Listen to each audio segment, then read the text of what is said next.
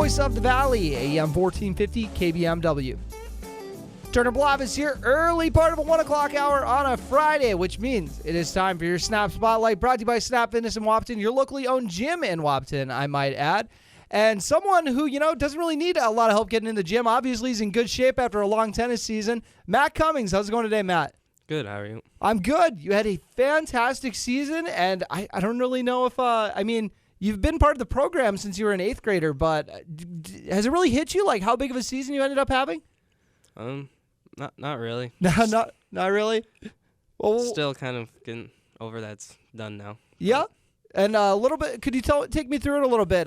Just kind of your journey or how you started out with the tennis program. I know we were talking a little bit before we hopped on the air, but talk about how you guys, your family came to Wapton. So originally we started out in Abercrombie, and we could only do the Parks and Rec program until I was in 6th grade. Mm-hmm. And then we kind of just showed up to practices, but we couldn't be a part of the team until we moved into Wapton around 8th grade.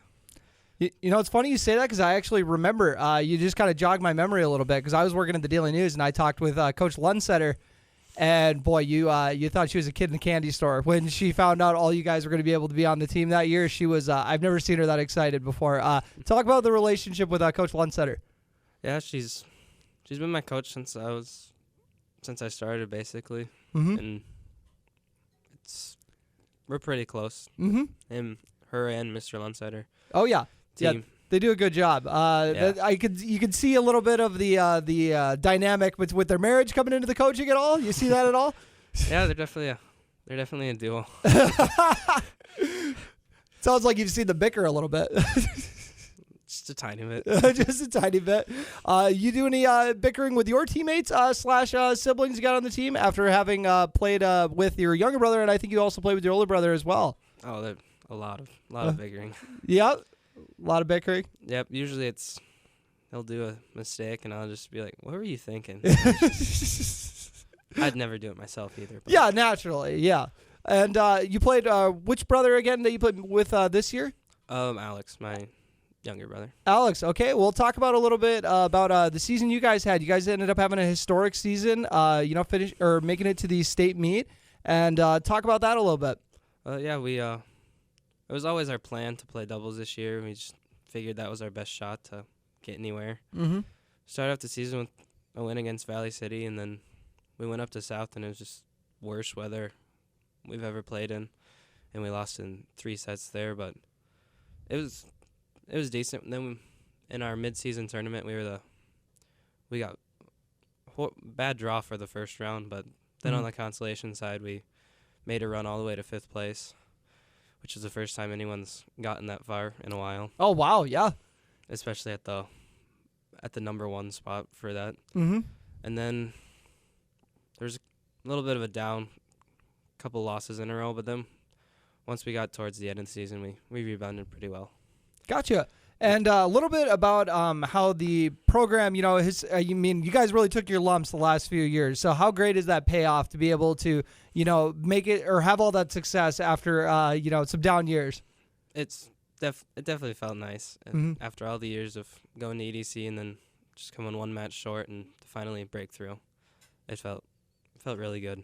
Yeah, talk about was it fun to kind of share that with the family? I know you got a big tennis family. I think you said before we jumped on 5 siblings.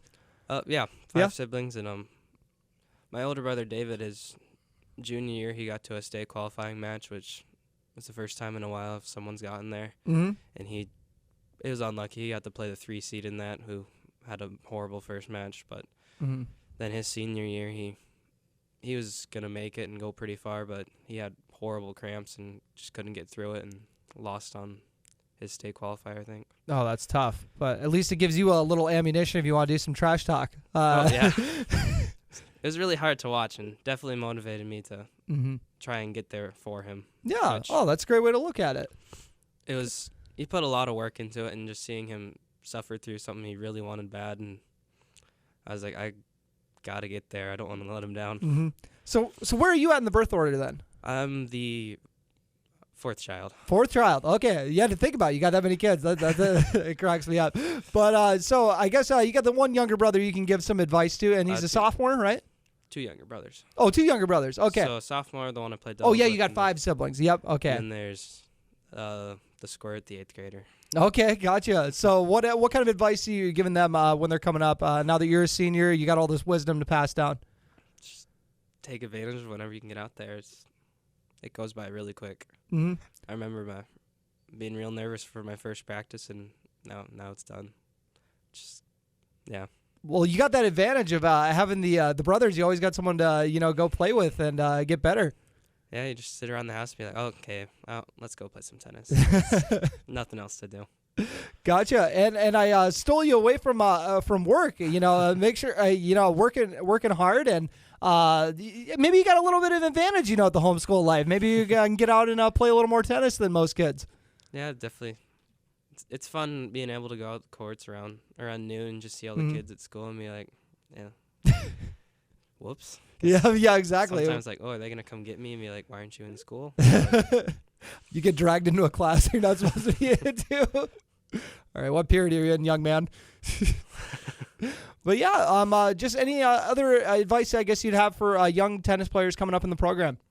Then I don't really know. Yeah, that's all right. Well, what I guess one final, the last question it would be is just when it comes to your goals. I think you said you wanted to get to the state meet. Would you say that now that it's all said and done, were you happy with what you achieved?